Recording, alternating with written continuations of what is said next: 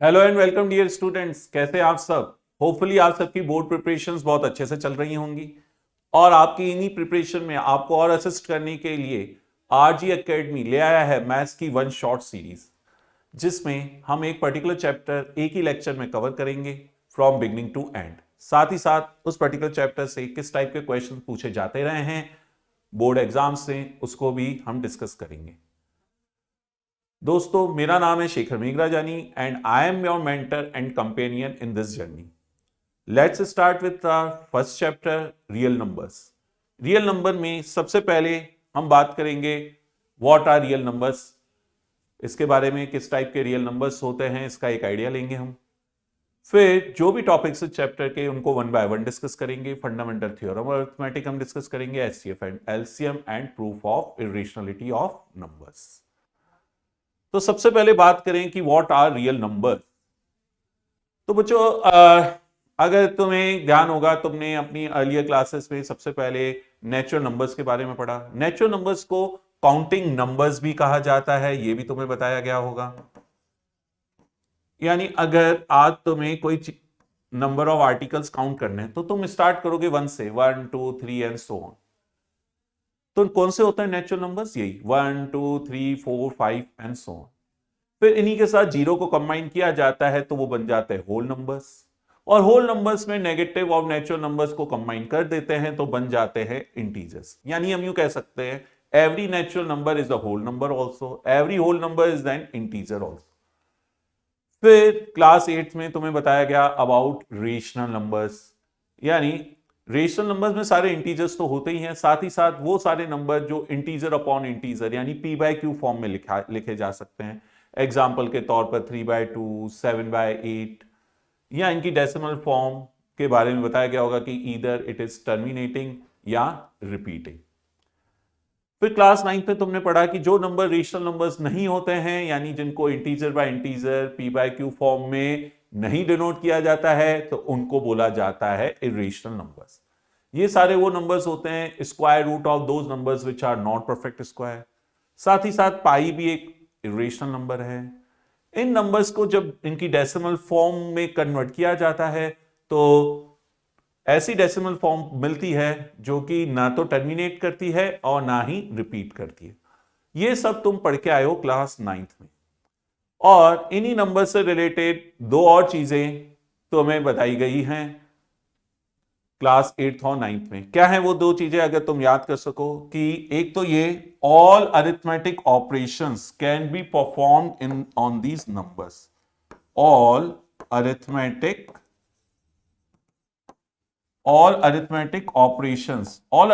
Operations जब मैं बोल रहा हूं, इसका मतलब प्लस माइनस मल्टीप्लाई डिवाइड, ये सब परफॉर्म किए जा सकते हैं नंबर्स पर।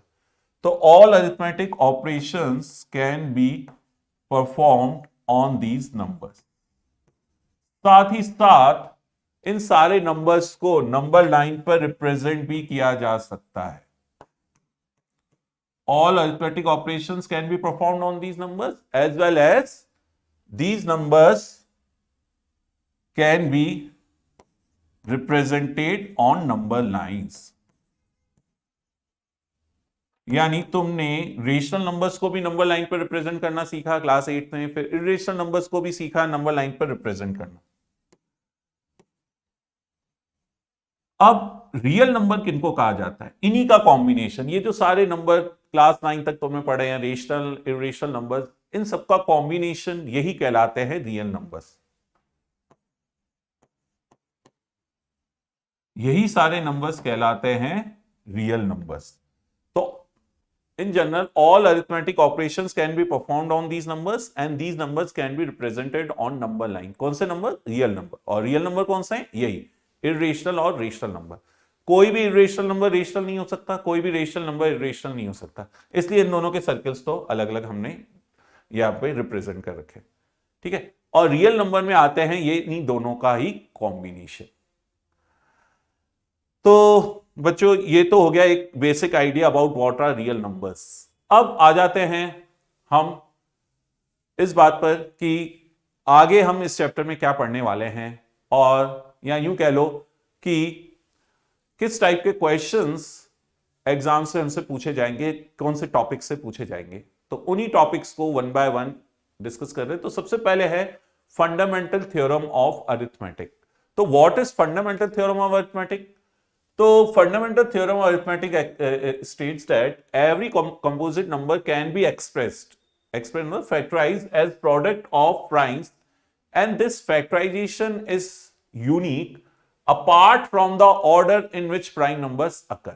क्या कहना चाह रहे हैं, समझते हैं। देखो, ये कहना चाह रहे हैं कि कोई भी नंबर हो जो कि एक कंपोजिट नंबर है, जैसे 6 है मान लो, तो इसका प्राइम फैक्टराइजेशन किया जा सकता है। तो 6 को क्या लिखोगे तुम? 2 into 3। अब ये कह रहे हैं and this prime factorization is unique. Unique का मतलब और कोई प्राइम नंबर नहीं है जो मल्टीप्लाई होकर 6 दे, सिर्फ यही दो प्राइम है 2 और 3 जो कि मल्टीप्लाई होकर तुम्हें 6 देंगे। इसके अलावा और कोई प्राइम नंबर ऐसा नहीं है जो कि मल्टीप्लाई होकर 6 दे। यही है यूनिक का मतलब। फिर आगे लिखा है apart from the order in which prime factor है। हाँ, ऑर्डर जरूर चेंज कर सकते हो तुम प्राइम नंबर्स का, यानी 6 को 2 into 3 लिखने की बजाय 3 into 2 लिख सकते हैं। तो एक क्वेश्चन इस पर कर लेते हैं, जैसे ये express 1092 in terms of its prime factors. 1092 का प्राइम फैक्टराइजेशन करना है बेसिकली, और प्राइम फैक्टराइजेशन करने के तरीके भी तुम ऑलरेडी जानते होगे। यहां पर हम जो प्राइम फैक्टराइजेशन में तुम्हें साथ करने जा रहा हूं वो है ट्री डायग्राम, उसको कहते हैं। कैसे किया जाता है इसमें? जैसे 1092 है ना, अब 2 से डिवाइड किया तो ये 2 मतलब ये नंबर 2 से डिविजिबल है, और 2 से डिवाइड करोगे तो क्या कांस्टेंट आ जाएगा तुम्हारे पास? 546। यानी 1092 को तुम लिख सकते हो 2 into 546। अब 546 को अपन लिख सकते हैं इस तरीके से 2 into 273। ठीक है, फिर प्राइम फैक्टराइजेशन प्रोसेस को आगे बढ़ाते हुए 273 को क्या लिखेंगे अपन? 273 के फर्दर दो फैक्टर अगर करना चाहें तो एक तो हो गया 3 और एक हो गया 91। 91 के अगर तुम फैक्टर करना चाहते हो तो क्या आ जाएगा तुम्हारे पास? इस तरफ यहां कंटिन्यू कर लेते हैं। तो 3 तो नहीं है, एक फैक्टर 7 हो जाएगा और एक हो जाएगा 30। या चाहो तो यहीं कंप्लीट कर लेते हैं 7 और 30। अब देखो, जो भी प्राइम फैक्टर्स आ रहे हैं उनको एक बार अपन सर्कल कर लेते हैं, जो भी इसमें प्राइम फैक्टर्स है। ठीक है, तो यही अपन कहेंगे कि जो ये नंबर है 1092, इसका प्राइम फैक्टराइजेशन क्या हो गया? 1092 का प्राइम फैक्टराइजेशन, देखो जो भी प्राइम फैक्टर्स है सिर्फ उन्हीं को मैंने सर्कल किया है। तो 1092 का प्राइम फैक्टराइजेशन हो गया 2 into 2 into 3 into 7 into 30। या यूं भी कह सकते हो, क्योंकि 2 जो है 2 बार आ रहा है, तो इसको मैं यूं भी लिख सकता हूं 1092 को 2 स्क्वायर into 3 into 7 into 30। यानी जो तुम्हारा फाइनल आंसर होगा उसको तो इसी फॉर्म में लिखोगे, ऐसे या ऐसे भी लिख सकते हो। पर फैक्टराइजेशन करने का जो तुम तरीका अपना रहे हो, ये जो यहां पे कहा गया है, इसको कहते हैं ट्री डायग्राम मेथड, है ना, ट्री डायग्राम मेथड। तो ये भी तुम्हें मालूम होना चाहिए ट्री डायग्राम मेथड क्या होता है। अच्छा, कोई कहे कि सर यही मेथड करना जरूरी है क्या? नहीं, अगर लिखा है ट्री डायग्राम मेथड तो इस तरीके से करो। जैसे ट्री की ब्रांचेस होती है, फिर सब ब्रांचेस, यूं समझो ये 2 ब्रांचेस थी, फिर इस ब्रांच की और 2 ब्रांचेस हो गई, है ना। बाकी अगर सिर्फ लिखा है प्राइम फैक्टराइजेशन ही करना है 1092 का, तो तुम किसी भी तरीके से करके बस फाइनली आंसर, जैसे जनरली मुझे जहां तक लग रहा है तुम सब इसी तरीके से करते आते हो, कर रहे होगे। 1092 का प्राइम फैक्टराइजेशन 2 से डिवाइड किया ये 546, फिर 2 से डिवाइड किया 273, इस तरीके से, है ना।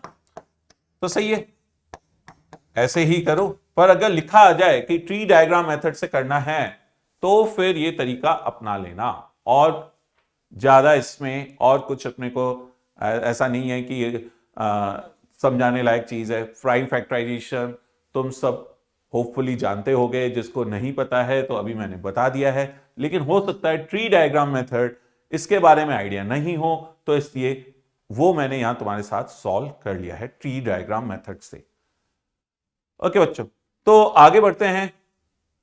अब जैसे ये क्वेश्चन है, check whether 6 raised to power n can end with the digit 0 for any natural number। 6 की पावर n क्या कभी भी 0 मिलेगा एंड में? 6 की पावर n का मतलब क्या हुआ? n यहां पर कोई नेचुरल नंबर है। जैसे मैं तुमसे कहूं कि 6 की पावर 1 क्या होता है, तो तुम कहोगे 6, 6 की पावर 2 36, 6 की पावर 3 216। यानी तुम 6 को चाहे कितनी बार भी मल्टीप्लाई कर लो, तुम देखोगे जो लास्ट डिजिट तुम्हें मिल रहा है वो 6 ही मिल रहा है, 0 कभी नहीं मिल रहा है ना। तो अब हमसे यही प्रूव करवाना चाहते हैं कि 0 कभी नहीं मिल रहा है। तो जब प्रूव किया जाता है तो ऐसे नहीं कि हम एग्जांपल लेके लिख दें कि 6 की पावर 1 6 है, 0 नहीं आ रहा है ऐसे, बल्कि हम इसके लिए एक जनरल आइडिया समझने की कोशिश करते हैं। देखो, कोई भी नंबर जो 0 से एंड होता है, कोई भी नंबर ले लो तुम, एग्जाम्पल के तौर पर 10, इसका प्राइम फैक्टराइजेशन करोगे तो 2 इंटू 5। कोई भी नंबर लो, जैसे 120 ले लिया, किसी भी ऐसे नंबर को लो जिसका लास्ट डिजिट 0 है ना, तो उसका जब भी तुम प्राइम फैक्टराइजेशन करोगे, एग्जांपल के तौर पर मैंने नंबर ले लिया 120। अब 120 का अगर मैं प्राइम फैक्टराइजेशन देखूंगा तो 2 की पावर 3 इंटू 3 इंटू 5। हर वो नंबर जो 2 से एंड हो रहा है उसके प्राइम फैक्टराइजेशन में एक 2 और एक 5 कम से कम आते हैं, ज्यादा भी हो सकते हैं। क्यों? क्योंकि 0 से कोई नंबर एंड हो रहा है, इसका मतलब वो 10 का मल्टीपल है, और 10 के दो प्राइम फैक्टर्स कौन से होते हैं? 2 और 5। तो ये चीज ध्यान रखो कि कोई भी नंबर अगर 0 से एंड होगा तो उसके प्राइम फैक्टराइजेशन में 2 और 5 होना असेंशियल है। अगर नहीं है तो वो नंबर 0 से एंड नहीं हो सकता, चाहे उसको कितनी बार भी आपस में मल्टीप्लाई कर लो। तो अब जैसे इस क्वेश्चन का मुझे सॉल्यूशन लिखना है, ठीक है, तो कैसे लिखेंगे? सबसे पहले मैं लिखूंगा for any number to end with 0, उसकी कंडीशन लिखूंगा। For any number to end with 0, for any number to end with 0, it's prime factorization, है ना। For any number to end with 0, its prime factorization must contain a 2 and a 5।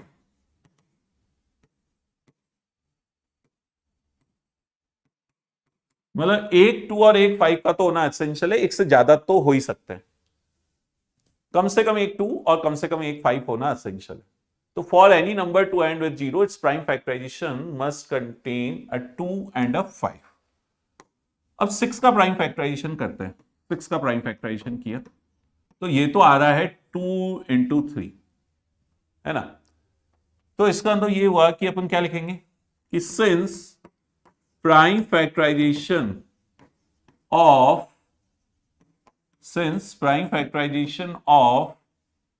6 does not contain any 5 in it, prime factorization of 6 does not contain any 5 in it. 2 तो है, देखो 2 है पर 5 नहीं है। तो since prime factorization 6 does not contain any 5 in it, therefore 6 raised to power n will never end with digit 0। तो अपना क्वेश्चन था check whether it will end with 0 for any natural number n। तो अपना final answer क्या आया? No, 6 raised to power n will never end with digit 0। 6 की power n कभी भी अपने को 0 नहीं देने वाला है लास्ट। ठीक है बच्चों, समझ में आ रहा होगा। ऐसे ही 6 की पावर n है, 15 की पावर n आ जाए तो 15 का प्राइम फैक्टराइजेशन करोगे 3 इंटू 5 आएगा, वहां 5 है पर 2 नहीं है। तो लिख देना since it does not contain 15 does not contain any 2 in it, therefore 15 raised to power n will never end with digit 0. आगे बढ़ते हैं. Explain why this number is a composite number. अब कंपोजिट नंबर की क्या पहचान होती है? Composite number वो नंबर होते हैं जिनके खुद नंबर के अलावा और 1 के अलावा कम से कम एक और फैक्टर होता है. जैसे सबसे छोटा कंपोजिट नंबर कौन सा है? 4 है. 4 के फैक्टर्स देखो तो 1 तो है ही एक फैक्टर और 4 नंबर खुद भी है ना. लेकिन 4 का इसके अलावा एक और फैक्टर होता है 2. तो ऐसे नंबर्स जिनमें कम से कम एक और फैक्टर है beside the number itself and number 1, तो उनको हम कंपोजिट नंबर्स बोलते हैं. ठीक है. या यूं कह लो कि composite number can be expressed as product of two numbers other than 1 and the number itself. अब ये मैंने अभी क्या बोला, इसको एक एग्जांपल से समझाता हूं. जैसे सपोज कोई भी एक नंबर लेते हैं, जैसे मैंने लिया नंबर 5. अब मैं तुमसे कहूं 5 को as product of two numbers लिखो, तो तुम्हारे पास एक ही ऑप्शन है कि तुम 1 इंटू 5 लिख सकते हो, हद से हद ऑर्डर चेंज करके 5 इंटू 1 कर सकते हो, और कोई ऑप्शन नहीं है. जब मैं कह रहा हूं नंबर यानी नेचुरल नंबर्स की अपन बात कर रहे हैं. लेकिन अगर मैं तुमसे कहूं 10 को as product of two numbers लिखो, तो तुम इसको 1 इंटू 10 भी कर लिख सकते हो या 2 इंटू 5 भी लिख सकते हो. यानी इस बार क्या हो रहा है, 10 को as product of two numbers लिखने के तुम्हारे पास दो तरीके आ रहे हैं. एक 1 इंटू 10 हो रहा है और एक 2 इंटू 5. तो प्राइम नंबर्स और कंपोजिट नंबर्स को पहचानने का ये एक और तरीका भी है कि prime numbers as product of two numbers सिर्फ एक ही तरीके से लिखे जा सकते हैं, जबकि composite numbers as product of two numbers एक से ज्यादा तरीके से लिखे जा सकते हैं, है ना. तो यानी अब ये जो एक से ज्यादा तरीके हैं, क्या है वो तरीके, वो भी उनमें भी क्या अपन ऑब्जर्व कर सकते हैं वो देखेंगे. अच्छा, यहां पर देखो 5 को जब as product of two numbers लिखा तो वो एक नंबर तो 1 है और दूसरा नंबर खुद 5 है. यानी हम कहेंगे कि 5 के दो ही फैक्टर्स हैं, 1 एंड 5. अब 10 को भी देखो 1 इंटू 10 लिखा तो नंबर 10 खुद है और 1 है ना. लेकिन 2 इंटू 5 भी लिखा है, यानी इसका आंसर 2 और 5 भी 10 के फैक्टर्स हैं. तो जब भी हम प्रोडक्ट ऑफ टू नंबर्स लिखते हैं और अगर वो दोनों number other than 1 and number itself हैं, तो इसका मतलब वो नंबर कंपोजिट है, अदरवाइज नहीं है. देख लो यहां पर 5 को हमने इस प्रोडक्ट ऑफ टू नंबर्स लिखा है, लेकिन क्या वो दो number other than 1 and number itself है? नहीं है, वो तो वही दो नंबर है. तो इसका मतलब 5 प्राइम नंबर हुआ, कंपोजिट नहीं हुआ. लेकिन 10 को हम लिख पा रहे हैं क्या as product of two numbers other than 1 and number itself? तो लिख पा रहे हैं. देखो 10 को अगर मैंने 2 इंटू 5 लिखा है तो ये other than 1 and number itself है. तो अब हम इस क्वेश्चन में भी देखेंगे कि क्या इस गिवन नंबर को हम as product of two numbers लिख सकते हैं such that those two numbers are the numbers other than 1 and the number itself. तो बच्चों समझ में आ रहा होगा, ठीक है. नहीं आई कहीं कोई चीज समझे तो एक से ज्यादा बार देखो वीडियो को, पॉज करो, फिर पीछे वापस रिवाइंड मतलब रिवर्स करके एक बार और देखो. अब जैसे यहां पर है ये नंबर है, तो इस नंबर को अब मुझे कैलकुलेट करने की जरूरत नहीं है कि मैं 7 इंटू 6 इंटू 5 ये बैठकर कैलकुलेट करूं और फिर 5 ऐड करूं, फिर चेक करूं प्राइम फैक्टराइजेशन. वो सब नहीं करना है, क्योंकि उस प्रोसेस में अगर हम गए तो बहुत ज्यादा टाइम लगने वाला है. हम क्या करेंगे, देखो इन दो नंबर्स में मैं क्या कॉमन ले सकता हूं, 5 कॉमन ले सकता हूं. 5 कॉमन ले लिया, क्या बचेगा मेरे पास, यहां से तो आ रहा है 7 into 6 into 4 into 3 into 2 into 1. और 1 नहीं भी लगाओ तो चलेगा, लगाना चाहते हो तो लगा लो. और यहां से क्या बचेगा, प्लस का साइन लगाओ और 5 कॉमन ले चुके हो 1. अब ये भी कैलकुलेट करने की जरूरत नहीं है, हमें दिख रहा है कि ये भी कुछ नंबर आने वाला है. अब क्या आने वाला है उससे कोई मतलब नहीं है. कुल मिला के वो नंबर अदर देन 1 तो है ना, 5 भी अदर देन 1 है, ये भी अदर देन 1 है ना.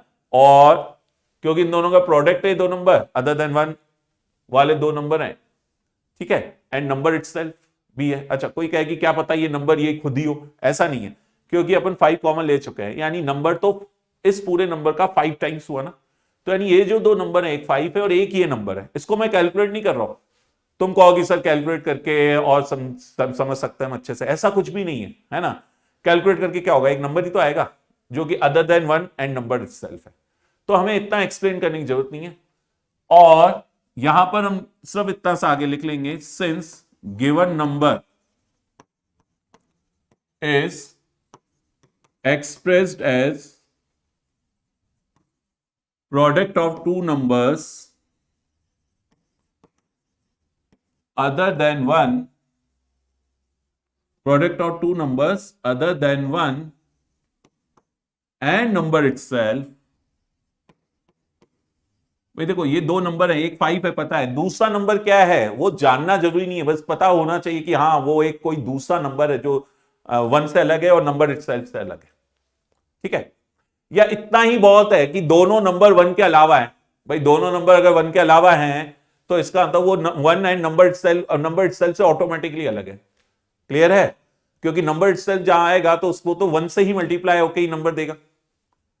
तो since given number is product of two numbers other than 1 and number itself, therefore it is a composite number. तो ये चीज सबको अच्छे से समझ में आई होगी, नहीं आई है तो एक बार और देखो सॉल्यूशन को। अगला क्वेश्चन इसी नेचर का है जो कि तुम्हें वीडियो पॉज करके पहले खुद सॉल्व करना है। अब यहां पे है 5 इंटू 11 इंटू 17 प्लस 3 इंटू 11, है ना। तो क्या लग रहा है, क्या कॉमन ले सकता हूं मैं इस पूरे नंबर से? इस पूरे नंबर से मैं 11 कॉमन ले लेता हूं। क्या बचेगा ये मेरे पास, 5 इंटू 17 तो यहां से आ जाएगा और 3 यहां से मिलेगा मुझे। अब ये 11 एक नंबर है, ये एक नंबर है, क्लियर सी बात है, दोनों 1 के अलावा नंबर हैं। 1 के अलावा है तो ऑटोमेटिकली नंबर, हम ये भी कह सकते हैं 1 के अलावा तो है ही, नंबर इटसेल्फ के भी अलावा ये नंबर हुए। ठीक है, कैलकुलेट कोई करना चाहता है तो यहां तो चलो फिर भी जल्दी से कैलकुलेशन हो सकती है। 5 इंटू 17 इज 85 प्लस 3 88। तो आगे 88 लिखकर और अगली लाइन जो सॉल्यूशन में लिखूंगा वो भी कर सकते हो। यहां इतना ये करने के बाद भी, जैसे यहां पर देखो मैंने कैलकुलेट किया क्या, नहीं, और मैंने कहा भी तुमसे कोई एसेंशियल नहीं है। अब कोई यहां पे कैलकुलेट करके 7 टू 6 42 इंटू 4 वो भी दिमाग लगाता जाए, 168 इंटू 2 336 इंटू 3 1008 और 1009 लिखे कोई यहां पे, मान लो 5 इंटू 1009 कोई लिखकर आ गया तो भी सही है, फिर आगे लिख ले। कोई नहीं लिख के आया इस स्टेप को 5 इंटू 1009, उसने सिर्फ इस स्टेप को छोड़ के बाकी सारा सॉल्यूशन किया, उसको भी पूरे मार्क्स मिलेंगे। ठीक है, तो वही चीज क्या लिखो अब, since given number can be expressed as, since given number is expressed as product of two numbers other than one and number itself, therefore it is a composite number।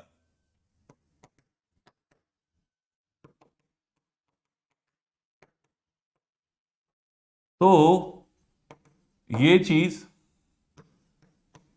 समझ में आई होगी कि फंडामेंटल थ्योरम ऑफ अरिथमेटिक्स से किस type के questions पूछे जा सकते हैं। तो फंडामेंटल थ्योरम ऑफ अरिथमेटिक्स से एक तो प्राइम फैक्टराइजेशन करना नंबर्स के, ऐसे क्वेश्चंस अपन से पूछ सकते हैं, या अपन से पूछे जा सकते हैं इस टाइप के कुछ क्वेश्चंस जिसमें कि गिवन नंबर को हमें कंपोजिट नंबर प्रूव करना है या ये शो करना है कि वो डिजिट 0 से नंबर एंड नहीं होता है। और ये क्वेश्चन देख सकते हो 2024 में तुमसे पूछा गया। ठीक है, आगे बढ़ते हैं। अब हम बात करेंगे about HCF and LCM. What is HCF and what is LCM? HCF और एलसीएम फाइंड करना, मैं जहां तक समझता हूं पक्के से सब पहले से पढ़ के आए होंगे, है ना। सबको मालूम होगा कि एचसीएफ फाइंड करने का क्या तरीका होता है, क्या एलसीएम फाइंड करने का तरीका होता है। ठीक है, फिर भी किसी को कोई दिक्कत है तो वो तो यहां समझ ही सकता है, और जिनको आते हैं वो क्वेश्चंस की प्रैक्टिस साथ के साथ यहां पर करेंगे। तो HCF of given numbers is product of all common prime factors with their lowest powers. भाई HCF stands for highest common factor, यानी वो बड़े से बड़ा फैक्टर, वो बड़े से बड़ा नंबर जो गिवन नंबर्स को कंप्लीटली डिवाइड कर देता है, कंप्लीटली डिवाइड कर देता है, ठीक है ना। तो ऐसा नंबर जो दिए हुए नंबर्स को कंप्लीटली डिवाइड करता है उसी को हम उन गिवन नंबर्स का HCF बोलते हैं। अब HCF निकालने के लिए जैसे यहां लिख रखा है, HCF of given numbers is the product of all common prime factors with their lowest power. इसका मतलब क्या हुआ, देखो एक एग्जांपल से समझेंगे। मान लो कहा जाए फाइंड HCF ऑफ 12 एंड 18, ठीक है। अब HCF फाइंड करना है तो जैसे मान लो मैं कहूं 12 और 18 के मैं पहले फैक्टर्स लिख लेता हूं, चलो, है ना। 12 के फैक्टर्स क्या होते हैं? 12 के फैक्टर्स होते हैं 1 2 3 4 6 एंड 12 इटसेल्फ। 18 के फैक्टर्स की बात करें तो 18 के फैक्टर्स हैं 1 2 3 6 9 एंड 18 इटसेल्फ। यानी ये तो अपन ने क्या काम किया, फैक्टर्स लिखने का काम कर लिया, फैक्टर्स, है ना। अब कॉमन फैक्टर्स अगर देखे जाए, कॉमन फैक्टर्स तो क्या क्या कॉमन फैक्टर्स हैं इनमें? एक 2 है, 1 है, कॉमन फैक्टर 3 भी है और 6 भी है। पर अपने को किससे कंसर्न है? We want the highest common factor, तो हाईएस्ट कॉमन फैक्टर इज 6। तो ये तो हुआ HCF फाइंड करने का एक तरीका, है ना। लेकिन अब इस तरीके में एक प्रॉब्लम है कि प्रॉब्लम इन द सेंस ये है कि फिजिबल नहीं है। फिजिबल भी जैसे अभी तो मैंने ये 2 डिजिट के नंबर लिए, अब 3-4 डिजिट के यानी लार्जर नंबर्स लेता तो एक तो सारे फैक्टर्स लिखने में टाइम भी बहुत जाता, दूसरा हो सकता है कोई फैक्टर लिखता हम मिस कर जाए। तो हम यूज करते हैं प्राइम फैक्टराइजेशन वाला तरीका। 12 का प्राइम फैक्टराइजेशन क्या होता है? 2 स्क्वायर इंटू 3। अच्छा ये ध्यान रखो, जब भी तुम किसी नंबर का प्राइम फैक्टराइजेशन करते हो तो एक तरीके से तुम उसके सारे फैक्टर्स ही लिख रहे होते। कैसे? 12 का प्राइम फैक्टराइजेशन 2 स्क्वायर इंटू 3। अब जितने भी ये प्राइम फैक्टर्स हैं उनका कॉम्बिनेशन, जितने भी पॉसिबल कॉम्बिनेशन है वो बनाकर देखो। जैसे एक 2 लिया तो ये 2 आ गया फैक्टर, दोनों 2s लिए 4 आ गया, एक 3 लिया सिर्फ तो ये देखो 3 हो गया फैक्टर, एक 2 और एक 3 का कॉम्बिनेशन लिया 6 हो गया, 2 2 एक 3 का कॉम्बिनेशन लिया 12 लिया, और एक भी प्राइम फैक्टर नहीं लिया यानी 2 की भी पावर 0 3 की भी power 0, anything raise to power 0 1 होता है तो ये 1 आ गया फैक्टर। तो जब हम किसी नंबर का प्राइम फैक्टराइजेशन करते हैं तो हम और कुछ नहीं कर रहे होते हैं बल्कि उसके सारे फैक्टर्स लिख रहे होते हैं। इसी तरीके से तुम 18 का प्राइम फैक्टराइजेशन करो तो ये आ जाएगा 2 इंटू 3 स्क्वायर। अब क्या देख रहे हो तुम, इनके बीच में क्या कॉमन प्राइम फैक्टर्स हैं? तो एक 2 कॉमन है और एक 3 भी कॉमन है ना।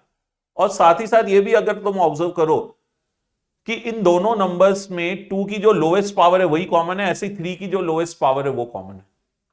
भाई कोई कहे कि यहां पर 2 2s है, यहां पर एक 2 है, तो कॉमन अपन एक 2 क्यों बोल रहे हैं? तो भाई ऐसा है ना कि भाई यहां तो 2 2s हैं, यहां एक ही 2 है, पर एक 2 तो दोनों में ही कॉमन है, दोनों में अपन 2 2 तो कॉमन कह नहीं सकते।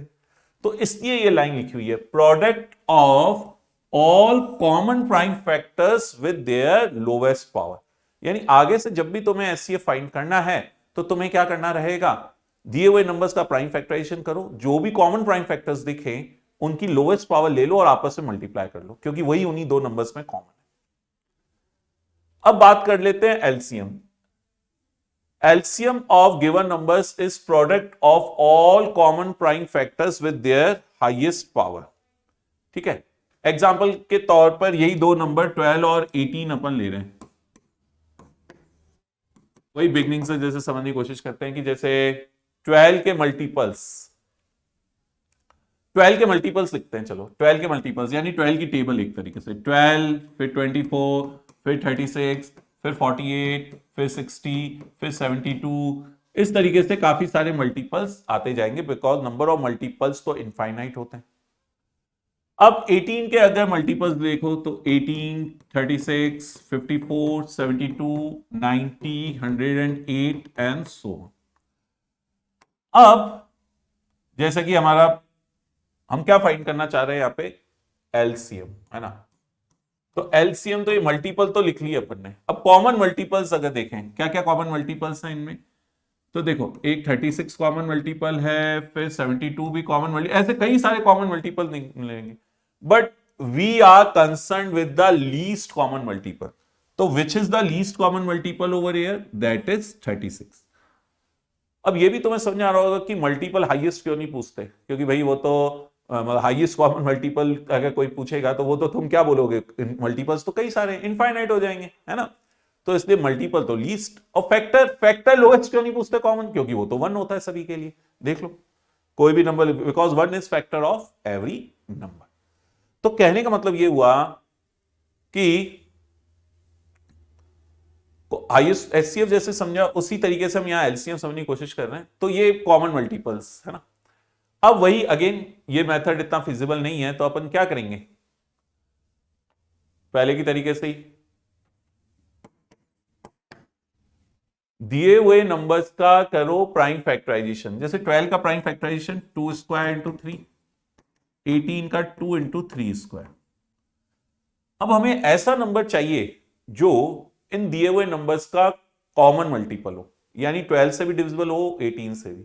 अब कोई भी नंबर 12 से डिविजिबल होगा वो तभी हो सकता है ना, कोई भी नंबर 12 से डिविजिबल जब जितने टूज कम से कम 12 में हैं उतने ही उस गिवन नंबर्स में हो। जैसे कोई नंबर होगा, अगर मान लो उसके प्राइम फैक्टराइजेशन में एक ही 2 मौजूद है, तो हो सकता है वो 18 से तो डिविजिबल हो जाए, लेकिन 12 से वो डिविजिबल नहीं होगा, क्योंकि 12 से डिविजिबल होने के लिए उसमें 2 2s का होना जरूरी है। ऐसे ही कोई नंबर होगा जिसमें एक ही 3 होगा, अगर मान लो, तो हो सकता है वो 12 से डिविजिबल हो जाए। मैं ये नहीं कह रहा हूं कि जरूरी है कि वो होगा ही होगा 12 से, पर कम से कम एक 3 होगा तो हो सकता है 12 से डिविजिबल हो जाए, पर 18 से तो डिविजिबल डेफिनेटली नहीं होगा। पर अगर 2 3s होंगे उस नंबर में कम से कम, तो वो 18 से डिविजिबल हो सकता है, और 18 से और 12 से तो डिविजिबल होने के लिए एक ही 3 चाहिए। जैसे एग्जाम्पल के तौर पर अपन यूं समझें कि आज अगर अपन ने एक मान लो अपने घर पर कुछ गेस्ट को बुलाया है ना। अब किसी गेस्ट को मान लो कोल्ड ड्रिंक पसंद है, किसी को मान लो टी पसंद है, किसी को मान लो कॉफी पसंद है। तो हमें तो ये सारी ही चीजें बनानी पड़ेंगी ना, है ना, घर पर अरेंज करनी पड़ेंगी अगर हमने उनको इनवाइट किया है अपने घर पर। तो वही चीज है, अगर मैं चाहता हूं नंबर 12 का भी मल्टीपल हो, 18 का भी, तो 18 का मल्टीपल होने के लिए कम से कम उसमें 2 3s का होना जरूरी है ना।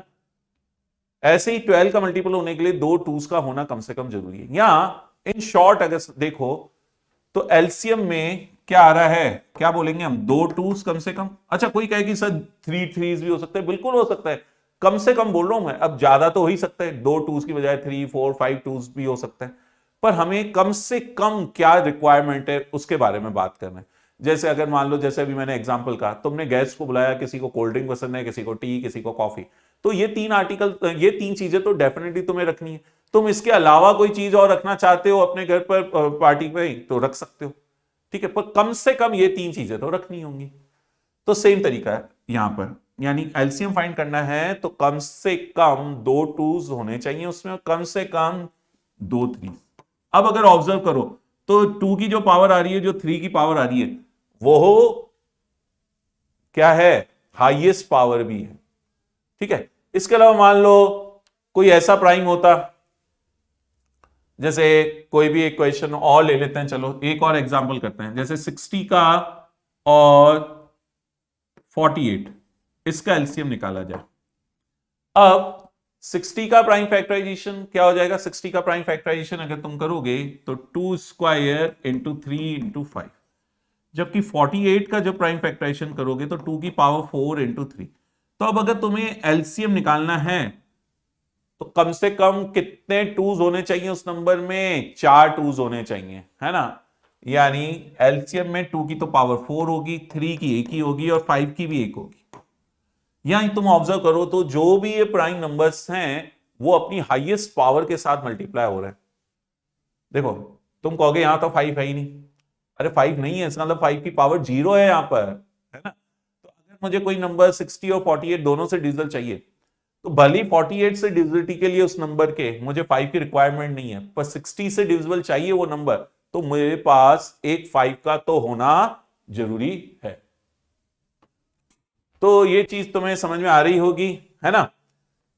इसीलिए यहां पे लिखा हुआ है product of all prime factors, यहां पे देखो कॉमन वर्ड नहीं लिखा है ना, product of all prime factors with their highest power, यानी आगे से सिंपल सा रूल बना लो, एचसीएफ निकालना है, पहले कॉमन प्राइम फैक्टर्स देखो क्या क्या है, वो अपनी लोएस्ट पावर के साथ मल्टीप्लाई होकर तुम्हें एचसीएफ देंगे। एलसीएम निकालना है, देख लो कौन कौन से प्राइम फैक्टर्स मौजूद है, और वो सब अपनी हाईएस्ट पावर के साथ मल्टीप्लाई होकर तुम्हें एलसीएम देंगे। इतना सा कंसेप्ट ध्यान रखना है, ठीक है।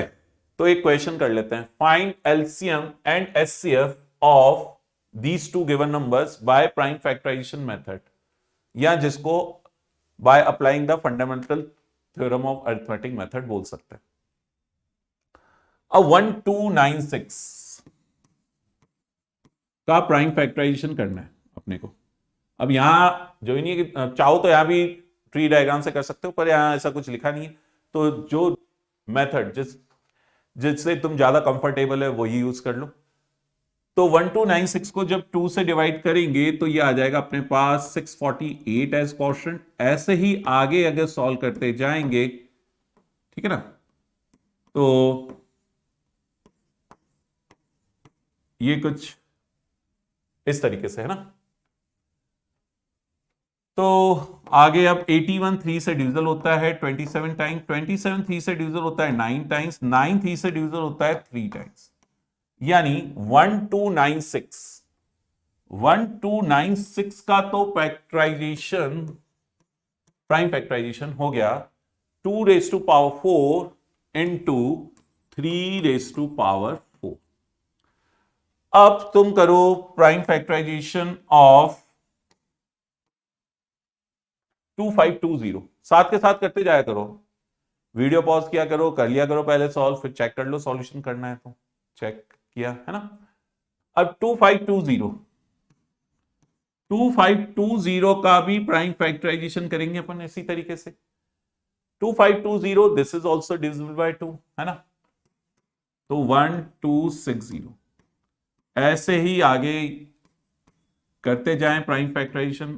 315 आया, जो कि फिर 3 से डिविजिबल होगा 105 टाइम्स, फिर 3 से डिवाइड करोगे तो डिविजिबल बाय 3 35 टाइम्स, है ना, 35 डिविजिबल बाय 5 7 टाइम्स, यानी 2520 का जो प्राइम फैक्टराइजेशन आ रहा है दैट इज 2520 का prime factorization that is 2 raise to power 3, 3 दो है, 3 स्क्वायर इंटू 5 इंटू 7,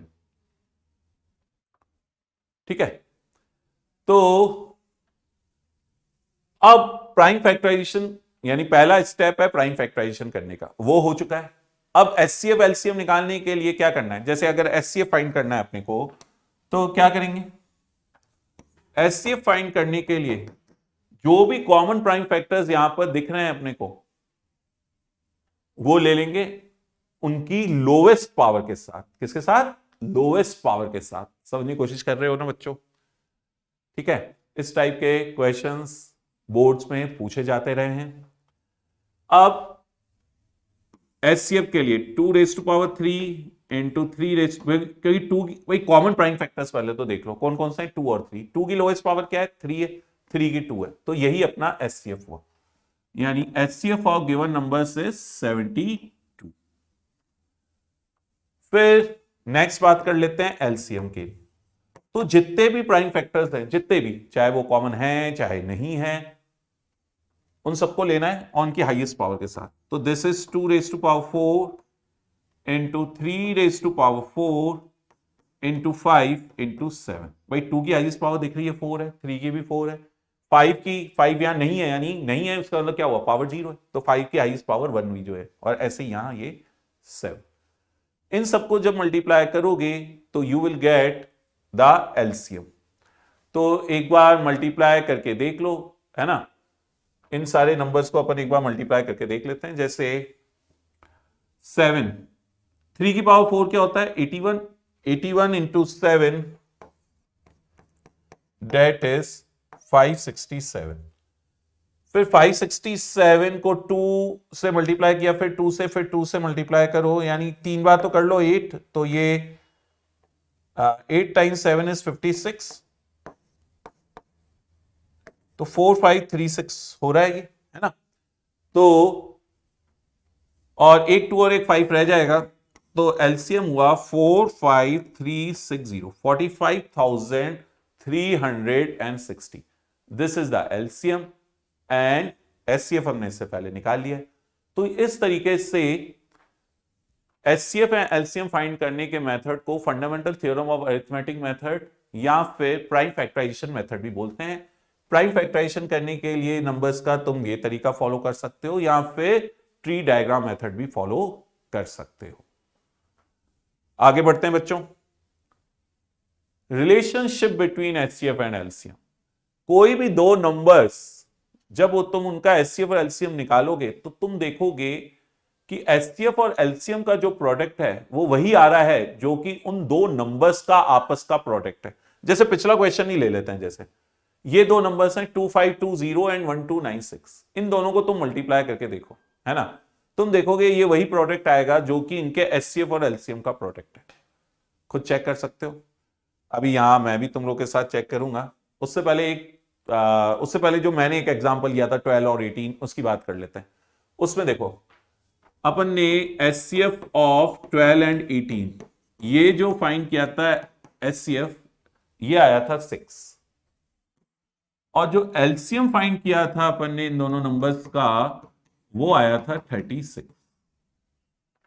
अब तुम देखो प्रोडक्ट ऑफ टू नंबर्स, यानी प्रोडक्ट ऑफ 12 एंड 18,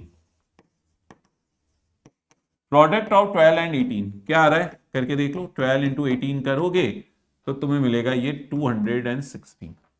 और ये जो दो नंबर्स हैं 12 और 18, इनका जो एचसीएफ और एलसीएम है उसका प्रोडक्ट करो।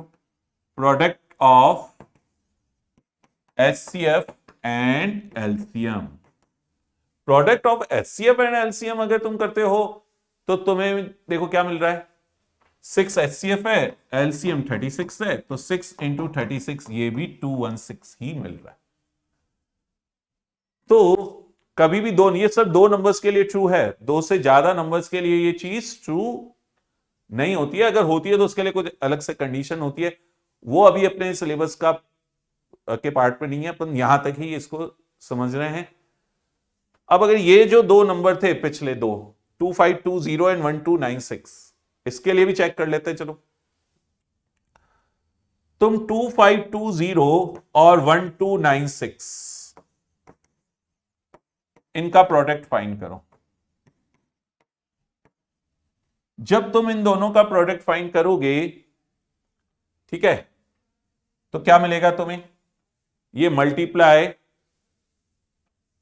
सब कर सकते हैं, खुद को मतलब ट्राई करो, है ना? ये सब अभी समझ रहे हैं, हालांकि एक्चुअल में ऐसा कोई क्वेश्चन आएगा नहीं कि अपने को मल्टीप्लाई करके दिखाना रहेगा, पर अभी सिर्फ अपन क्योंकि नया कंसेप्ट पढ़ा है तो इसको वेरीफाई कर रहे हैं। 12 और 18 से तो कर ही लिया वेरीफाई, इन दोनों से भी वेरीफाई करो। जब इन दोनों नंबर्स को तुम मल्टीप्लाई करोगे तो यू विल गेट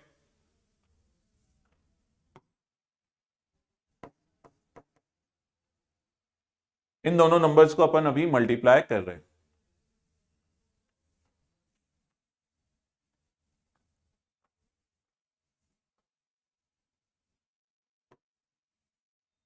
ठीक है, ये मैं अभी थोड़ा डायरेक्ट इस तरीके से, तुम अपने लेवल पे जैसे भी तुम्हें मल्टीप्लाई करना है वैसे कर सकते हो। सब वेरीफाई कर लो, हाँ भाई ये चीज सही है।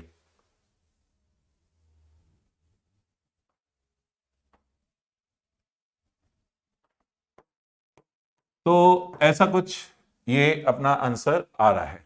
ठीक है, जब इन दोनों नंबर्स को तुम मल्टीप्लाई करोगे और जब इनके ये जो एचसीएफ और एलसीएम है इनके प्रोडक्ट को, यानी 45360 और 72, इनको मल्टीप्लाई करोगे तो भी तुम देखोगे यही चीज आ रही होगी।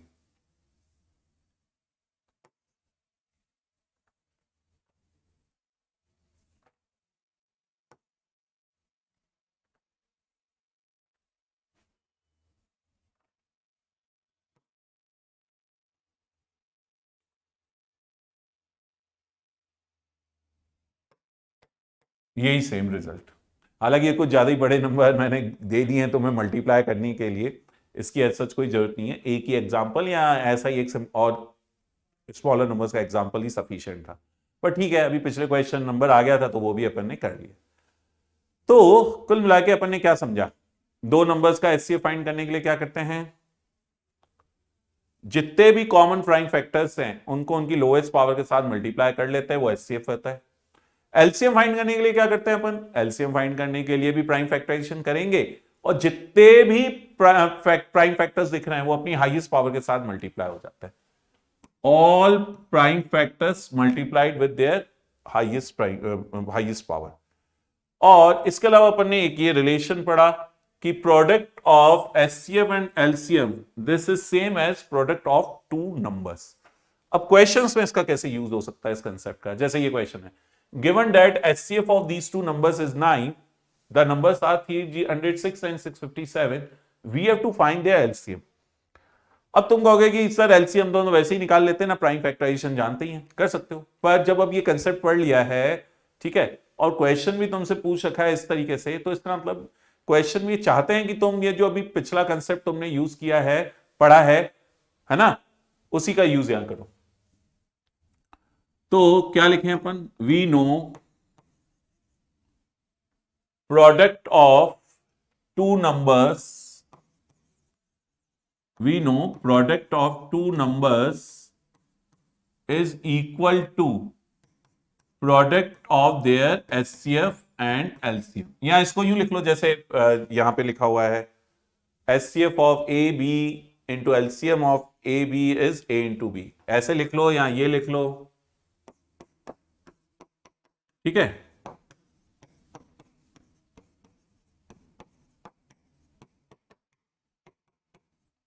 तो therefore HCF of these two numbers, कौन से दो नंबर हैं, 306 and 657 multiplied with LCM of these two numbers 306 and 657 is equal to product of 306 and 657।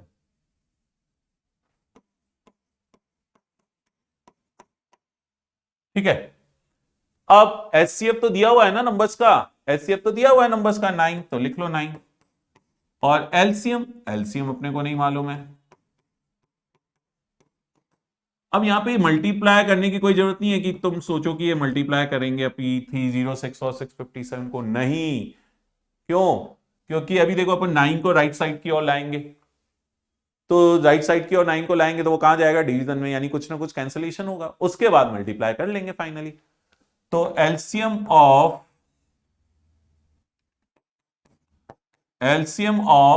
306 and 657 is equal to 306 into 657 upon 9। अब कैंसिलेशन कर लो, 9 तुम देखोगे 306 से भी डिविजिबल होगा, सॉरी 306 भी तुम देखोगे 9 से डिविजिबल होगा, और 657 भी 9 से डिविजिबल होगा। क्यों? पहले से कैसे बोल सकते हैं, अरे भाई सीधी सी बात है ना, ये नंबर्स का ही तो एचसीएफ है, यानी नंबर्स का फैक्टर है, यानी नंबर्स को डिवाइड करेगा। तो कोई भी एक नंबर डिवाइड कर लो, जैसे मैं 657 में डिवीजन दूं तो 9 टाइम्स 7 है 63 और ये 73, 9 टाइम्स मतलब 73 टाइम्स ये डिवीजन हो गया। तो एलसीएम क्या हो गया, 306 इंटू 73, 73 इंटू 6 कर लो तो डेट विल गिव यू 438। 4 इधर कैरी ओवर कर लेना, तो डेट विल गिव यू 223। तो एलसीएम कम्स आउट 22,338। मतलब इन दोनों नंबर्स को जब तुम मल्टीप्लाई करोगे तो तुम देखोगे कि ये तुम्हारा एलसीएम यही आ रहा है 22,338। Okay, now moving on to the next question. Video pause करो, खुद एक बार ट्राई करो, और जबकि अपन यहां पर इसको डिस्कस करेंगी।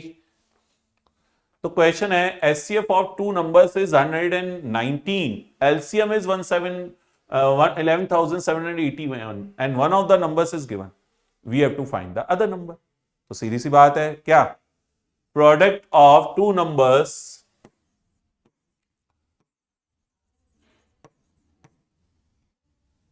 पहली बात तो फाइंड द अदर नंबर, उसको कुछ भी अज्यूम कर लेते हैं, लेट से एक्स मान लेते हैं। पहली चीज ये लिख लो, let other number is x, let the other number is x. Now we know what we know, product of two numbers is equal to, product of two numbers is equal to product of their HCF and LCM.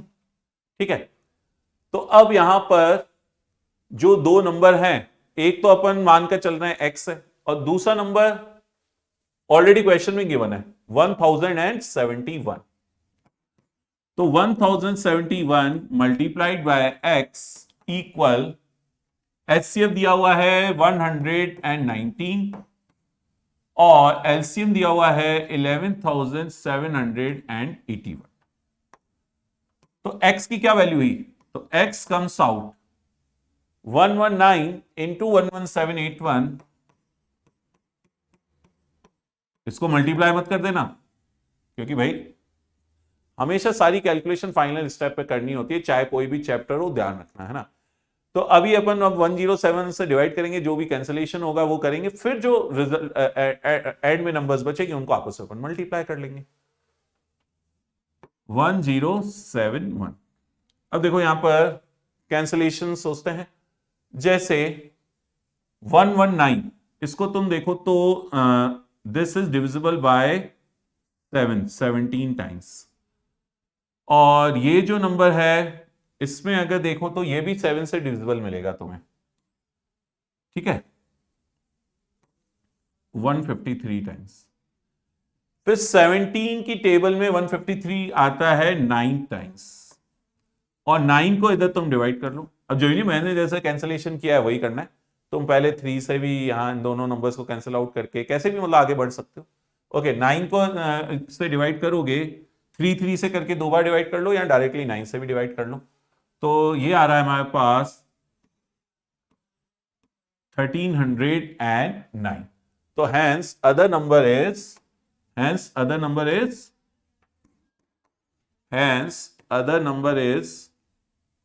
1309, यानी जो दूसरा number है वो क्या है 1309, या यूं कह लो 1309।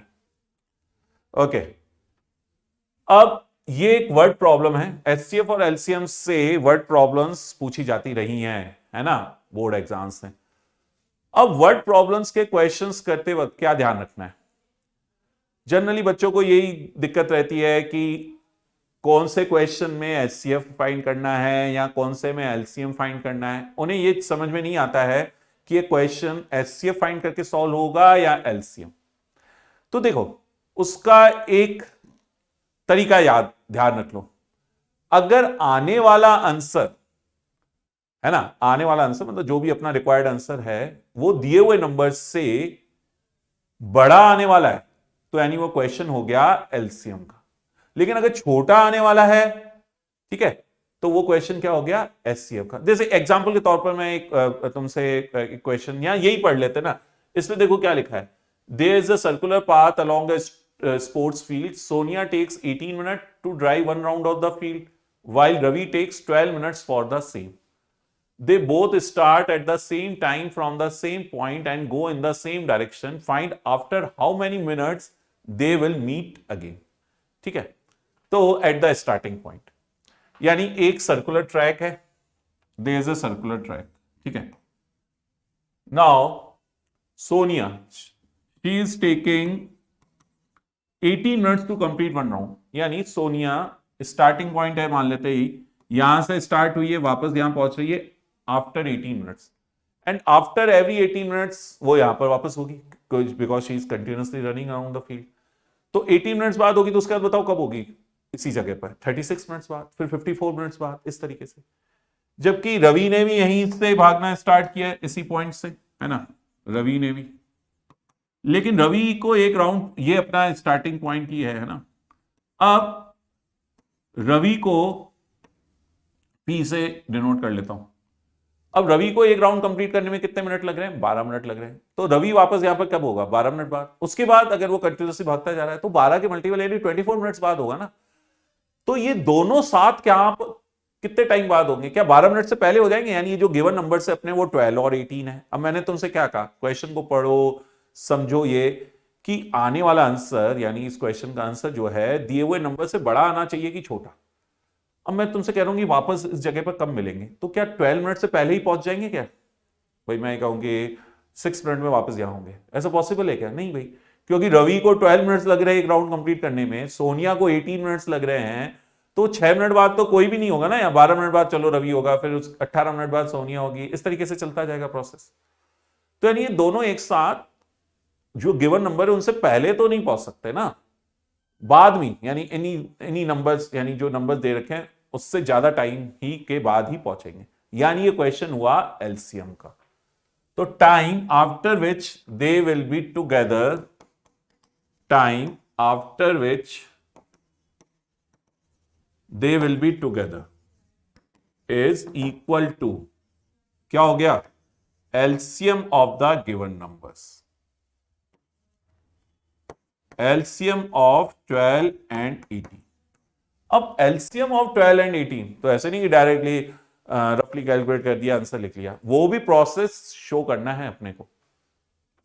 तो 12 का करो प्राइम फैक्टराइजेशन 2 स्क्वायर इंटू 3, 18 का करो prime factorization 2 into 3 square. Already पहले भी एक बार एग्जाम्पल के तौर पर भी मैं कर चुका हूं।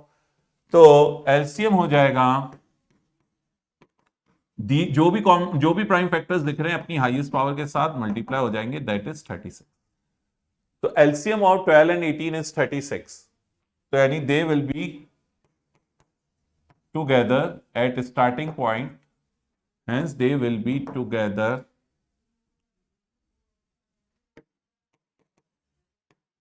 at starting point after 36 minutes, after 36 minutes। तो after 36 minutes they both will be together at the starting point। तो यानी जब भी आने वाला आंसर दिए हुए नंबर से बड़ा आने वाला है तो वो क्वेश्चन अपना किसका हो गया? एलसीएम का। और छोटा आने वाला है तो वो क्वेश्चन एचसीएफ का हो जाएगा। अच्छा, छोटे का एक एग्जांपल यूं समझ सकते हो कि जैसे अगर मान लो तुम्हें दो लेंथ मेजर करनी है, एक 10 मीटर की और एक 15 मीटर की, तो जो तुम रॉड रोगे, rod is different from scale. Scale पे तो मार्किंग होती है 1 सेंटीमीटर, 2 सेंटीमीटर, 3 सेंटीमीटर, इस तरीके से, लेकिन रॉड है बस उसकी तो एक लेंथ है कि भाई रॉड फिक्स लेंथ है। मान लो कोई रॉड है 1 मीटर की, तो अपन उससे 1 मीटर ही मेजर कर सकते हैं एग्जैक्टली, है ना। 1 मीटर से कम लेंथ मेजर नहीं कर पाएंगे क्योंकि उस पर स्केलिंग नहीं है। हाँ, 1 मीटर के जो मल्टीपल हैं जैसे 2 मीटर, 3 मीटर, वो मेजर कर सकते हैं। क्यों? क्योंकि 1 मीटर जैसे इस तरीके की स्केल्स वगैरह जनरली जो क्लोथ शॉपकीपर्स होते हैं, यानी क्लोथ की दुकानों पर तुमने देखी होगी, है ना। तो 1 मीटर मल्टी मेजर कर सकते हो, 2 कर सकते हो, 3 मेजर कर सकते हो। अब अगर मान लो तुम्हें 10 मीटर और 15 मीटर को एग्जैक्टली मेजर करना है, तो तुम्हें जो रॉड लेनी होगी वो 10 और 15 का कोई फैक्टर होना चाहिए। भाई अगर तुम इनसे बड़े नंबर यानी 20, 30 मीटर की रॉड ले लोगे तो क्या ये 10, 15 वगैरह मेजर हो पाएंगे? क्या नहीं। ओके, जैसे ये अगला क्वेश्चन है, length, breadth and height of a room are given. CBSE 2020 में आया हुआ क्वेश्चन है। अब हमें इस रूम की जो डायमेंशंस हैं इनको एग्जैक्टली मेजर करना है, लेंथ, ब्रेथ और हाइट को एग्जैक्टली मेजर करना है। तो length of the longest rod that can measure, जैसे सपोज ये रूम की कोई भी, जैसे जिस रूम में तुम बैठे हुए हो उसी को इमेजिन कर लो, लेंथ, ब्रेथ और हाइट तुम्हें तीनों ही मेजर करना है। तो तुम्हें जो रॉड लेनी है उस रॉड की लेंथ, तुम क्या रूम की लेंथ से ज्यादा लेंथ की रॉड लेकर और रूम की लेंथ मेजर कर सकते हो? क्या नहीं। तुम्हें जो रॉड लेनी होगी वो लेनी होगी रूम के लेंथ से एक तो छोटी, है ना। अब जैसे अगर सपोज तुम्हें ये रॉड ये मेजर करना है तो तुम 1 सेंटीमीटर की रॉड ले लो ना, 1 सेंटीमीटर से ये भी मेजर कर लोगे, ये तीनों लेंथ मेजर हो सकती है, लेकिन तुम्हें लॉन्गेस्ट पॉसिबल रॉड, लॉन्गेस्ट इसलिए कि ताकि कम टाइम लगे। जैसे सपोज तुम्हें 100 सेंटीमीटर लेंथ मेजर करनी है और तुम 1 सेंटीमीटर की रॉड लेकर बैठ जाओ, ठीक है, होगा क्या? 100 टाइम्स मेजर करना पड़ेगा। 2 सेंटीमीटर की रॉड लेकर देखोगे तो ऐसे 2 करके 50 टाइम्स मेजर करना पड़ेगा। 10 सेंटीमीटर की रॉड लोगे तो 10 टाइम्स ही मेजर करना पड़ेगा। 50 सेंटीमीटर की रॉड ले लोगे तो 2 बार ही मेजर करने पड़ेगा। 100 की ले लोगे तो एक ही बार मेजर करना पड़ेगा, है कि नहीं? लेकिन अगर तुम 100 से ज्यादा ले लोगे रॉड, क्योंकि बीच में स्केलिंग तो है नहीं कि 120 मीटर की ले ली, स्केल मत समझो उसको, है ना, 120 सेंटीमीटर की ले ली, तो अब वो पर्टिकुलर 120 सेंटीमीटर की रॉड और उससे 100 सेंटीमीटर मेजर करना चाहेंगे तो नहीं कर पाएंगे, क्योंकि स्केलिंग तो है नहीं उस पर। तो कहने का मतलब, अब जैसे 100 सेंटीमीटर और साथ ही साथ 150 सेंटीमीटर दोनों मेजर करना चाहते हो एक ही रॉड से, तो लॉन्गेस्ट रॉड तुम वही लोगे ना जो 100 और 150 का कॉमनली डिवाइड करे, यानी 50। अब 100 की ले लोगे तो उससे 100 सेंटीमीटर तो मेजर हो जाएगा तुम्हारा, लेकिन 150 नहीं होगा।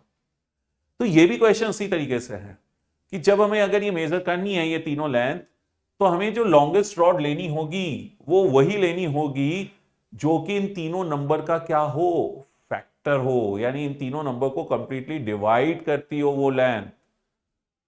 या यूं कह लो कि रिक्वायर्ड आंसर आएगा इन नंबर से छोटा आएगा। तो ये यानी क्वेश्चन किसका हो गया? एचसीएफ का। अच्छा, अब सबसे पहले तो क्योंकि यूनिट्स मीटर और सेंटीमीटर दोनों का यूज हो रखा है, तो अपन एक ही यूनिट में कन्वर्ट करें। तो क्या करें अपन? सबसे पहले इनको सेंटीमीटर में बदल देते हैं। 8 metre 50 centimetre equal, now as we all know 1 metre is 100 centimetre के इक्वल, मतलब तो ये हो जाएगा 850 centimetre. Similarly 6 metre 25 centimetre, this is equal 625 centimetre, and 4 meters 75 centimeter, this equal 475 centimetre.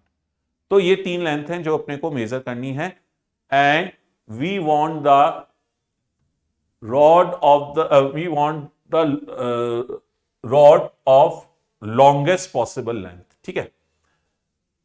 तो length of longest rod is nothing but the SCF of all these numbers, है ना। तो SCF of 850, 625, 475। अब SCF अपन कैसे फाइंड करेंगे वो भी working पूरी शो करेंगे, ठीक है। तो 850 का करो प्राइम फैक्टराइजेशन।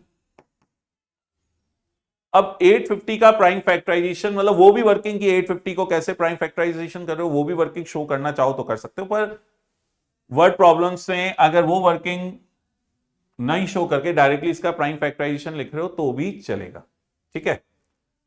पर यहां पर अपन क्योंकि अभी समझ रहे हैं चीजों को, तो अपन देखो 850 का प्राइम फैक्टराइजेशन करो, 2 से डिवाइड किया, ये 425, फिर ये जो पर्टिकुलर नंबर है 425, this is not divisible by 2, not divisible by 3, sir prime number से डिविजिबिलिटी चेक करते हैं, 5 से लेकिन डिविजिबल है 85 टाइम्स, ठीक है।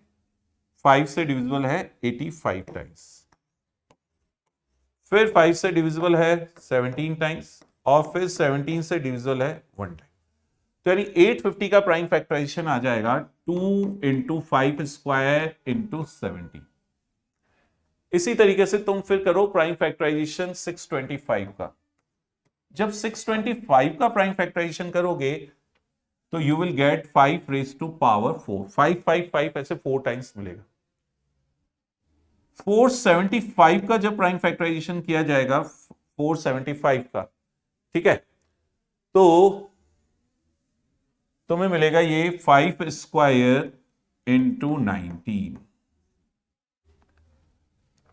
अब कॉमन प्राइम फैक्टर एक ही है 5 और उसकी लोएस्ट पावर है 2, तो इसलिए यहां पर जो एचसीएफ हो जाएगा of these given numbers, HCF of the given number that will be 5 square, that is 25। So SCF of given numbers is 25. Hence the length of the longest rod that will measure the given length is 25 centimeter. Hence length of the longest rod possible is 25 centimeter. Length of longest rod is SCF of the given numbers and which comes out over here 25 centimeter. तो hopeful ये question समझ में आया होगा सभी को कि longest rod जो कि हम यहां पे मेजर कर सकते हैं तीनों लेंथ को इक्वली, वो है 25 सेंटीमीटर. ओके, एक और क्वेश्चन जैसे समझ लें. Find the greatest number which divides these two given numbers leaving the reminders 9 and 5. यानी ऐसा नंबर जो इन गिवन नंबर्स को डिवाइड करता है, कंप्लीटली नहीं करता है. देखो अगर लिखा होता कंप्लीटली तो इन दो नंबर्स का अपन एचसीएफ ले लेते, लेकिन यहां पे दे रखा है कि जैसे 2011 को डिवाइड करने पे तो रिमाइंडर 9 दे रहा है और 2063 को डिवाइड करने पर ये नंबर 5 रिमाइंडर दे रहा है. तो इसका मतलब ये हुआ ना कि देखो एग्जांपल के तौर पर सपोज वो नंबर मान लेते हैं अपन x है, तो 2011 को x से डिवाइड करने पर जो रिमाइंडर आ रहा है 9 आ रहा है. यानी वो नंबर x 2011 माइनस 9 क्या होता है 2002 को कंप्लीटली डिवाइड करेगा, है ना. समझ आ रही है बात भाई. देखो अगर क्वेश्चन होता गिवन नंबर्स को कंप्लीटली डिवाइड कर रहा है तो हम एचसीएफ ले लेते हैं इन गिवन नंबर्स का, लेकिन क्वेश्चन ये नहीं है. क्वेश्चन कह रहा है 2011 में नंबर को डिवाइड करने पर रिमाइंडर 9 आ रहा है. इसका मतलब 2011 माइनस 9 कर दो 2002, तो उसको x कंप्लीटली डिवाइड करेगा. सेम तरीके से यही सेम नंबर x है ना, जब डिवाइड करता है 2623 को तो रिमाइंडर 5 आता है. तो इसका मतलब यही हुआ कि ये नंबर 2623 को तो कंप्लीटली डिवाइड नहीं करता है, पर 2623 में से 5 माइनस कर दो तो फिर इसको कंप्लीटली डिवाइड कर रहा होगा. तो ये तो सब मैंने समझाने के लिए बताया है ना. तुम्हें सॉल्यूशन में क्या करना है, तुम्हें लिखना है required number is HCF of, obviously बात है इन दोनों का नहीं बल्कि अभी जैसे डिस्कस किया, required number is HCF of 2011 minus 9 and 2623 minus 5. यानी जो रिक्वायर्ड नंबर है वो इन दो नंबर्स का एचसीएफ है. यानी that is HCF of 2002 and 2618, इन दोनों का एचसीएफ है वो रिक्वायर्ड नंबर. अब आगे का प्रोसेस वही जैसे अभी तक अपन करते आ रहे हैं. 2002 का तुम करो प्राइम फैक्टराइजेशन, तो जब 2002 का प्राइम फैक्टराइजेशन करेंगे we will get 2 into 7 into 11 into 13. ठीक है, प्राइम फैक्टराइजेशन करके देख लो ये आ जाएगा. ऐसे ही 2618 का प्राइम फैक्टराइजेशन वो भी चेक करो. अगर एक तो 2 तो आएगा ही,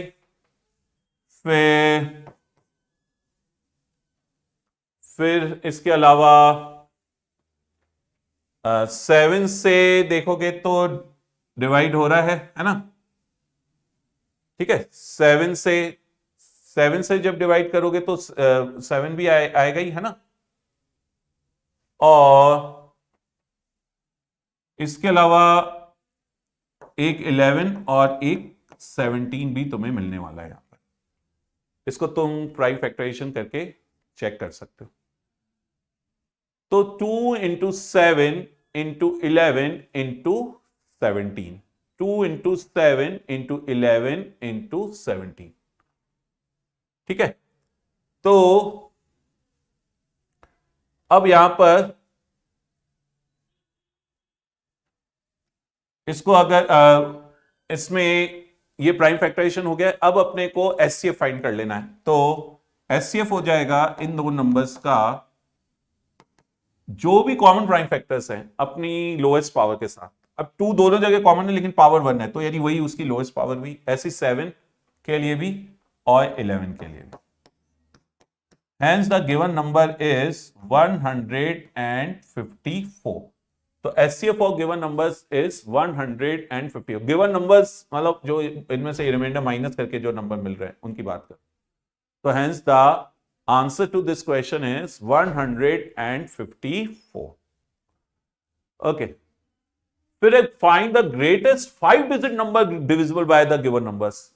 वो नंबर जो इन नंबर से डिविजिबल है तो वो तो नंबर कौन सा होगा, इनका एलसीएम होगा। तो पहले तो तुम एलसीएम फाइंड कर लो ऑफ 2, 3, 4, 5 एंड 6। तो एलसीएम ऑफ 2, 3, 4, 5, 6 इसको कैलकुलेट करोगे तो 60 आएगा, है ना। ऑब्वियस बात है, वर्किंग शो करनी है यहां पर, है ना। यानी ऐसे शो करना 2 तो खुद ही एक प्राइम नंबर है, ठीक है। 3, 5 मतलब 2, 3, 5 तो प्राइम नंबर ही है, लेकिन बाकी अगर अपन इस तरीके से भाई देखो 2 है, फिर 3, 4 जो है वो तो 2 स्क्वायर है ना, 5, फिर 6 का फैक्टराइजेशन 2 into 3, ये सबके फैक्टराइजेशन लिख दिए। अब अपनी हाईएस्ट पावर के साथ सारे प्राइम नंबर मल्टीप्लाई हो जाएंगे, तो 2 की तो हाईएस्ट पावर 2 है, 3 की अपने को 1 ए की पावर दिख रही है और एक 5 दिख रहा है, तो एलसीएम हो गया 60। तो अगर क्वेश्चन होता greatest number divisible, smallest number divisible by the given numbers, तो अपना आंसर 60 होता। लेकिन क्वेश्चन ये नहीं है, क्वेश्चन तो है वो बड़े से बड़ा नंबर निकालो जो कि 60 से डिविजिबल हो, साथ ही साथ 5 डिजिट का हो। 5 डिजिट का सबसे बड़ा नंबर जो कि इनसे डिविजिबल है। तो ऑब्वियस बात है ना, 5 डिजिट का वो बड़े से बड़ा नंबर जो इन पांचों नंबर से डिविजिबल होगा वो इनके एलसीएम से भी डिविजिबल होगा, क्लियर सी बात है। तो 5 डिजिट का सबसे बड़ा नंबर, उसकी डिविजिबिलिटी 5 डिजिट का, अच्छा सबसे पहली बात 5 डिजिट का सबसे बड़ा नंबर होता कौन सा है, 99,999। इसकी डिविजिबिलिटी चेक करेंगे बाय 60। अगर ये नंबर 60 से डिविजिबल मिल गया, यानी रिमाइंडर 0 आया डिवाइड करने पर, तो यही आंसर है अपना। लेकिन अगर रिमाइंडर 0 नहीं आएगा तो जो रिमाइंडर आएगा उससे तुम्हें माइनस करना होगा, है ना। तो डिवाइड करो, 99,999 divided by 60। 60 times 1 is 60, minus करने पर यहां 39, फिर 399। 60 टाइम्स 6 is 360, फिर माइनस किया 399, फिर 60 टाइम्स 6 360, फिर माइनस करोगे ये 39, फिर एक 9 कैरी डाउन करोगे, यानी रिमाइंडर फाइनली आ रहा है 39। तो यानी ये नंबर 99,999 ये तो डिविजिबल नहीं है भाई 60 से, यानी ये तो आंसर नहीं है। लेकिन अपने को 5 डिजिट का ही सबसे बड़ा नंबर चाहिए, तो अगर ये नंबर नहीं है तो ऑब्वियस बात है जो भी आंसर होगा इससे कम ही होगा, है ना, क्योंकि 5 डिजिट का होना चाहिए नंबर, और सबसे बड़ा तो ये नंबर है, तो ये नहीं है तो जो भी 5 डिजिट का नंबर आएगा वो इससे तो छोटा ही होगा। अब वो नंबर क्या है, जो रिमाइंडर है वो माइनस कर दो। तो required number in this case is required number, तो रिक्वायर्ड नंबर इज 99,999 माइनस 39, 60 नहीं सॉरी 39। तो ये अपना आंसर हो जाएगा 99,960। क्लियर है सभी को। तो ये कुछ क्वेश्चन अपन ने एचसीएफ एलसीएम के डिस्कस किए। अब अपना नेक्स्ट टॉपिक है इरेशनलिटी ऑफ नंबर्स।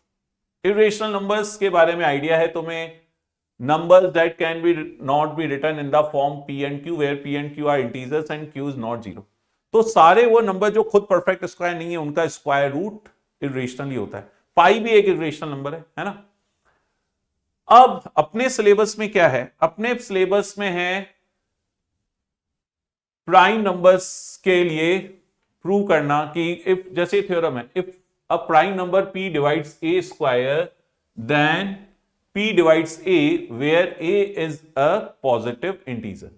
यानी कहने का मतलब यह है, देखो कोई भी प्राइम नंबर अगर a स्क्वायर को डिवाइड करेगा, ठीक है, तो it will divide a also where a is some positive integer। तुम इसको किसी एग्जांपल से भी समझ सकते हो। किसी भी परफेक्ट स्क्वायर का प्राइम फैक्टराइजेशन करो तो उसके जो प्राइम फैक्टर्स होंगे उसके स्क्वायर रूट को भी डिवाइड करेंगे। जैसे एग्जांपल के तौर पर 36 एक परफेक्ट स्क्वायर नंबर होता है, इसके प्राइम फैक्टर्स तुम देखोगे 2 और 3 है, और 36 का स्क्वायर रूट करोगे 6 तो उसके भी प्राइम फैक्टर्स है। तो ये एज अ थ्योरम है ना, कि if a prime number p divides a square then p divides a also where a is some positive integer. तो अब अगर इसमें इस थ्योरम को प्रूव करना चाहें तो कैसे कर सकते हैं? वही अपन फंडामेंटल थ्योरम और अरिथमेटिक जो पढ़ के आए हैं उसी का यूज करेंगे। जैसे यहां पे दे रखा है if a prime number p divides a square then p divides a where a is a positive integer. तो let prime factors of a are, अपन a के प्राइम फैक्टर्स ऑफ a मान लेते हैं p1 p2 and so on till pn। मान लेते हैं a के कुछ प्राइम फैक्टर्स है p1 p2 वगैरह है ना टिल pn। तो a स्क्वायर क्या हो जाएगा भाई? a स्क्वायर क्या होगा? यही p1 p2 टिल pn उसका होल स्क्वायर, या यूं कह लो कि p1 p2 इस तरीके से टिल pn। अब हमें क्या दे रखा है कि a स्क्वायर को p ही, भाई a स्क्वायर ही हो गया, यानी या यूं कह लो a, या इस तरीके से लिख सकते हैं a square p1 p2 and so on till pn और उसकी पावर 2 n नहीं सॉरी 2 है ना। यानी a के प्राइम फैक्टर्स, a स्क्वायर के प्राइम फैक्टर्स यही हैं p1 p2 pn। लेकिन अपने को क्या गिवन है? Given p divides a square. तो इसका मतलब क्या हुआ कि फंडामेंटल थ्योरम ऑफ अरिथमेटिक से अपन जानते हैं कि प्राइम फैक्टराइजेशन करने का तरीका यूनिक होता है, मतलब यही प्राइम फैक्टर्स ही हैं, ये अलग से कोई प्राइम नहीं है। अब लेकिन क्वेश्चन में तो दे दिया है कि एक प्राइम है, इसका मतलब ये प्राइम जो p है ये इन्हीं में से कोई एक प्राइम है। तो बाय फंडामेंटल थ्योरम अरिथमेटिक, या यूं कह लो by uniqueness of fundamental theorem of arithmetic, कि भाई प्राइम फैक्टराइजेशन करने का तरीका यूनिक होता है। तो by uniqueness of fundamental theorem of arithmetic, by its uniqueness, by uniqueness of fundamental theorem of arithmetic, p is one of p1, यानी p इन्हीं में से कोई एक प्राइम है, या तो p1 के इक्वल है या p2 के इक्वल है या pn के इक्वल है। और अगर इन्हीं में से कोई एक है और a के भी तो प्राइम फैक्टराइजेशन यही है, तो hence p divides a also, hence p divides a also. तो अगर ये चीज समझ में आई है तो अब हम √2 को इरेशनल वगैरह ये सारे अपन प्रूव कर सकते हैं। भाई देखो एक बार फिर से समझ लेते हैं, इसमें क्या बोला मैंने? Prime factorization of a p1 p2 till pn। तो a स्क्वायर के प्राइम फैक्टर्स भी यही हैं p1 p2, बस पावर 2 हो गई और तो क्या।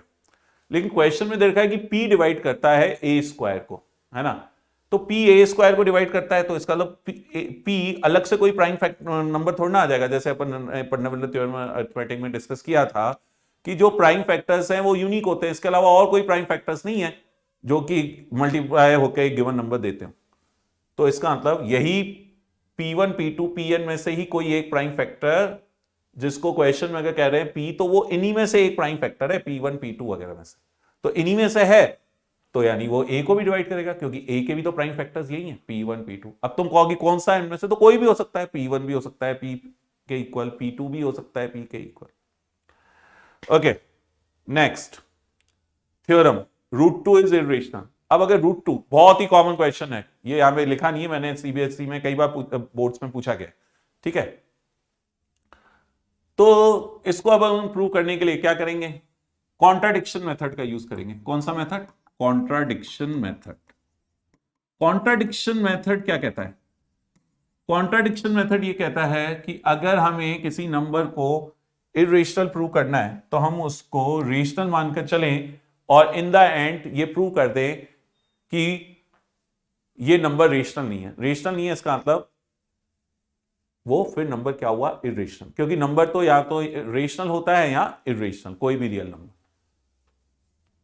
तो लेट √2 इज रेशनल, √2 को अपन ने मान लिया रेशनल, तो इंप्लाइज दैट √2 को क्या लिख पाएंगे अपन, p/q, है ना, where p and q are integers.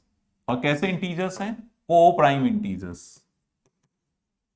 भाई कोई भी रेशनल नंबर है उसकी सिंपलेस्ट फॉर्म में क्या होता है, p और q को प्राइम है होता है। तो where p and q are coprime integers and q is not zero, लेकिन q जीरो के इक्वल नहीं है, q is not equal to. अब √2 इक्वल p/q, इसका मतलब क्या हुआ, p किसके इक्वल हो गया, √2 टाइम्स q ऑन स्क्वायरिंग, है ना, स्क्वायरिंग बोथ साइड्स। अगर स्क्वायरिंग कर दें तो क्या आ जाएगा, ये p² इक्वल 2q²। इसको नाम दे दिया इक्वेशन 1। और ये मिली कैसे इक्वेशन, स्क्वायरिंग करके, है ना। अब p² है इक्वल टू 2q², तो it means 2 is one of the factor of p², तो 2 इज फैक्टर ऑफ p²। अब 2 p² का फैक्टर है, तो अभी जो पिछला अपन ने पढ़ा कि p² का फैक्टर है तो वो a का भी फैक्टर होता है, तो implies that 2 is factor of p also, 2 is factor of p also. तो अब 2p का फैक्टर है, तो इसका मतलब यही हुआ ना, p को अपन लिख सकते हैं 2 इंटू सम अनदर इंटीजर, है ना, p equal to m where m is some integer. ठीक है। अब ये जो p की वैल्यू है 2m, ये अपन पुट कर देते हैं इक्वेशन 1 में, put p equal to m in equation 1। जब इक्वेशन 1 में पुट कर देते हो p इक्वल टू m, तो क्या मिलेगा तुम्हें, 2m whole square equal 2q², या यूं कह लो 4m² इक्वल 2q², या जिसको अपन कह सकते हैं q² हो जाएगा 2m²। भाई साइड ट्रांसपोज कर दी और 4 और 2 आपस में कैंसिल आउट हो रहा है, तो इससे क्या मिल रहा है अपने को, implies that 2 is factor of q²। 2 किसका फैक्टर है, q², तो implies that 2 is factor of q also. ये जो अभी अपन ने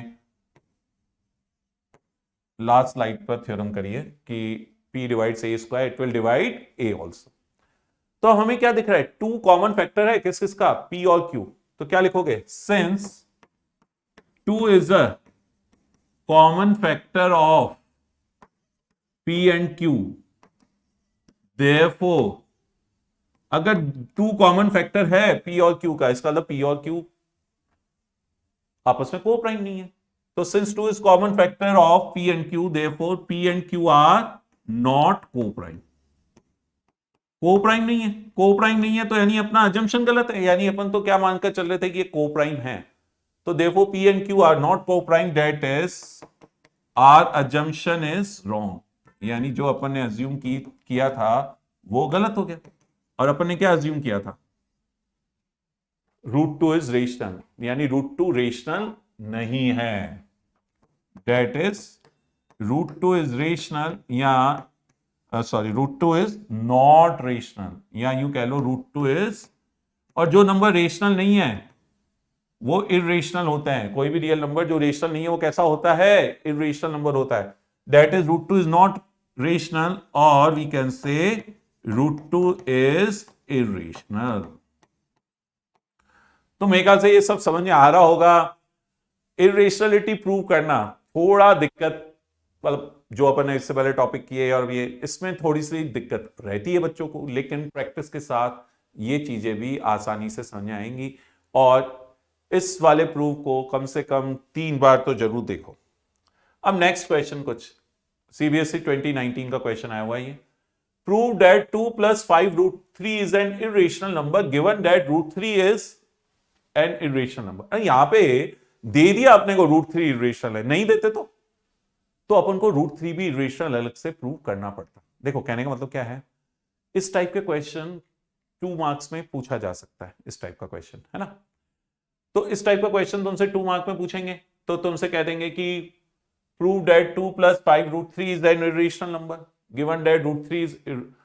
लेकिन अगर यही क्वेश्चन 5 मार्क्स में भी पूछ सकते हैं, फिर ये लाइन हटा देंगे, गिवन दैट, बस इतना लिख देंगे, प्रूव दैट 2 + 5 √3 इज इरेशनल। तो तुम्हें वहां पहले क्या करना होगा, √3 को इरेशनल प्रूव करना होगा, जैसे अभी अपन ने √2 के लिए किया, सेम चीज √3 के लिए। कोई भी नंबर जो परफेक्ट स्क्वायर नहीं है, या यूं कह लो जो भी नंबर प्राइम है उसका स्क्वायर रूट निकालने का तरीका ये सही है। √2 के लिए जैसे किया अपन ने, √3 के लिए भी, √5 के लिए भी, √7 के लिए। पर यहां तो अपने को ऑलरेडी √3 इरेशनल दिया हुआ है, तो अपन इसी हिसाब से सॉल्व करेंगे।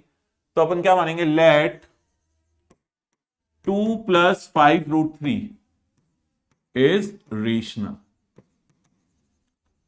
तो इंप्लाइज दैट 2 + 5 √3 क्या लिख लेंगे अपन, P/Q, where P and Q are co-prime integers, Q not equal 0,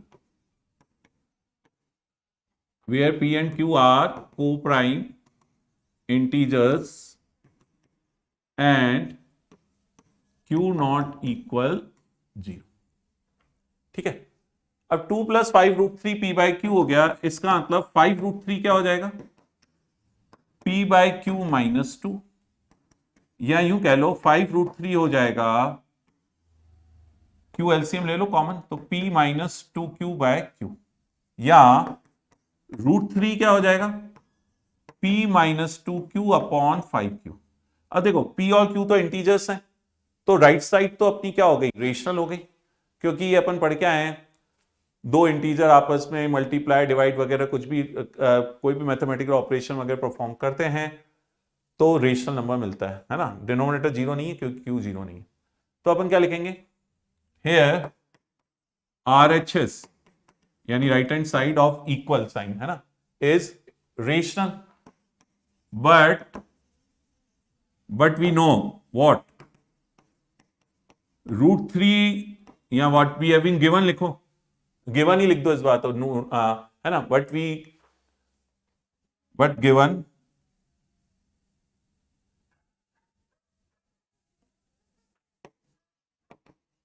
√3 is irrational. फिर आगे लिखो, since irrational number can't be equal to rational, भाई LHS इक्वल के LHS वाला √3 वो इरेशनल, RHS वो रेशनल है, तो since irrational can't be equal to rational है ना, तो therefore our assumption is wrong, that is therefore our assumption is wrong, that is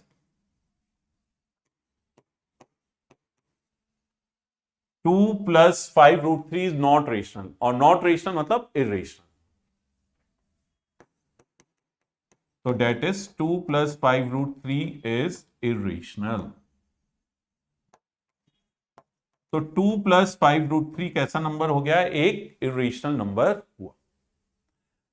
okay आगे ये वाला क्वेश्चन है, prove that 5 - 2 √3 is an irrational number. Same इसी तरीके से करना है, ये तुम्हारा होमवर्क के तौर पर क्वेश्चन मान लो, प्रैक्टिस के तौर पर।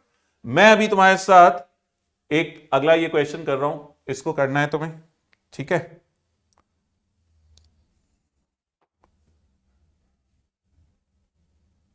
एक और क्वेश्चन करवा रहा हूं, प्रूव दैट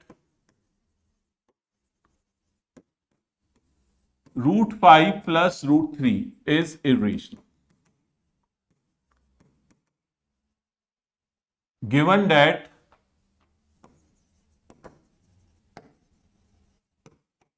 √15 is irrational। पिछले क्वेश्चन की तरह ही इसको भी स्टार्ट करेंगे, यानी मानेंगे late √5 + √3 is rational, implies that √5 + √3, सिर्फ R ही लिख लो, जो ही नहीं है कि हमेशा P/Q ही लिखना है, वहां √2 के तो केस में लिखना पड़ेगा क्योंकि वो कॉमन फैक्टर शो कर रहे थे। यहां तो अपन डायरेक्टली ये भी कह सकते हैं कि ये रेशनल है ना, आर से डिनोट कर लो, वेयर आर इज रेशनल। यहां पे कोई कॉमन फैक्टर नहीं बताने, यहां तो सब इरेशनल साइड है, एक रेशनल इतना शो करना है, तो सिर्फ आर भी लेके कर सकते हो। पी बाय क्यू पिछले क्वेश्चन में पी बाय क्यू ले लिया, इस बार आर ले लिया, दोनों ही तरीके सही है, पूरे मार्क्स मिलेंगे। अब की बार लेकिन डायरेक्टली ये नहीं कह सकते अपन, है ना, कि ये तो रेशनल है और ये इरेशनल है, नहीं, क्योंकि दो पर रूट है और दो इरेशनल नंबर ऐड होके जरूरी नहीं है कि हमेशा इरेशनल ही देते हो, रेशनल भी दे सकते हैं, 9th में पढ़ा होगा तुमने, ठीक है। तो अपन ऐसे क्वेश्चंस में स्क्वायरिंग करेंगे, स्क्वायरिंग बोथ साइड्स। तो जब स्क्वायरिंग की जाएगी क्या मिलेगा अपने को, √5 प्लस √3 का होल स्क्वायर और इस तरफ आर स्क्वायर, यानी 5 plus 3 plus 2√15 equal r square, या यूं कह लो 2√15 हो जाएगा आर स्क्वायर -8, या √15 हो जाएगा आर स्क्वायर -8/2। अब वही चीज लिख लो, here RHS is rational but LHS is irrational, here RHS is rational and LHS is irrational, क्योंकि दिया हुआ है ना √15 is irrational। अच्छा, जिन क्वेश्चंस में नहीं दिया हुआ होगी √15 irrational है तो वहां लिख दिया करो वी नो √15, हाँ, लेकिन अगर 5 मार्क में आ जाए तो फिर √15 को अलग से irrational प्रूव करो, जिस तरीके से √2 वगैरह के लिए अपन ने डिस्कस किया। तो here RH is rational and LH is irrational, since irrational can't equal rational, therefore our assumption is wrong. That is, therefore our assumption is wrong. That is, √5 plus √3 is irrational. तो बच्चों ये हमने first chapter का आज revision किया है। सारे questions जिस टाइप के भी पूछे गए हैं बोर्ड एग्जाम से वो सब अपन ने डिस्कस किए हैं, ठीक है। तुम लोग और ज्यादा से ज्यादा प्रैक्टिस करो, जो भी डाउट्स रहते हैं वो इसी चैनल पर तुम पूछ सकते हो। नेक्स्ट क्लास में हम पढ़ेंगे अबाउट पॉलिनोमियल्स।